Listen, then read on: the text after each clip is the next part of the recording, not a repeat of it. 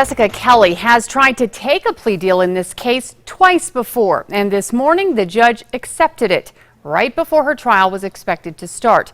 Kelley is one of 3 suspects charged with the killing of the 10-year-old in her Northwest Albuquerque apartment in August of 2016.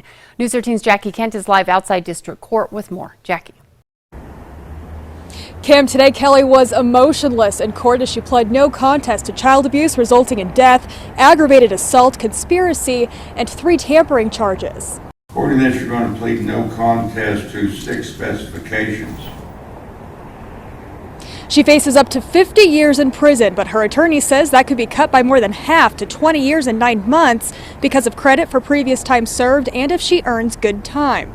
Attorney EARNEST says even though the state filed a noli last week dismissing the alleged sexual assault of Victoria, he was concerned the media coverage of the case would taint the jury pool and lead to an unfair trial.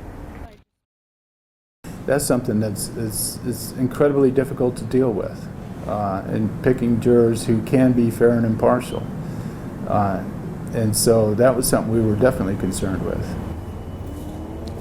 Victoria's mother, Michelle, pled guilty last year to intentional child abuse resulting in death. Jessica has agreed to testify against the 3rd person charged in the case so far, Fabian Gonzalez. Now, Kelley has also agreed to answer questions about a 4th suspect, John Doe, that the DA's office only brought up 2 years after the murder. Back to you. Okay, thanks, Jackie. That's when they discovered there was a 4th suspect. Now, Kelley had tried, as we said, to plead twice before to similar charges, but she had tried to plead guilty. Judge Charles Brown rejected those pleas, stating there was not enough evidence that she was responsible for Victoria's death and admitting that. So this morning she pled no contest, which carries the same sentence as a guilty plea, but Kelley doesn't admit guilt, only that there is enough evidence to convict her.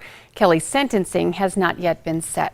Now, the district attorney's office will focus on that 3rd charged suspect in the case, Fabian Gonzalez, Kelley's cousin, and hopefully identify that unnamed 4th suspect. News 13's Rachel Knapp is live outside District Court with more on that. Kim, District Attorney Raul Torres says Kelley's plea of no contest will give him and his team an opportunity to sit and talk with Kelley and then build his case against Fabian Gonzalez. While it's not perfect, it's a pretty decent outcome given the limitations of what we have. Torres was tight-lipped when we asked if Kelley had a bigger role in Martin's death other than letting an unidentified 4th suspect into the apartment where that suspect killed Martens. Again, I'm not going to comment on things that I expect were going to be the subject of testimony in the upcoming trial. I'm very mindful of the idea that we have to make sure that the presentation of that evidence it is not something that we talk about today.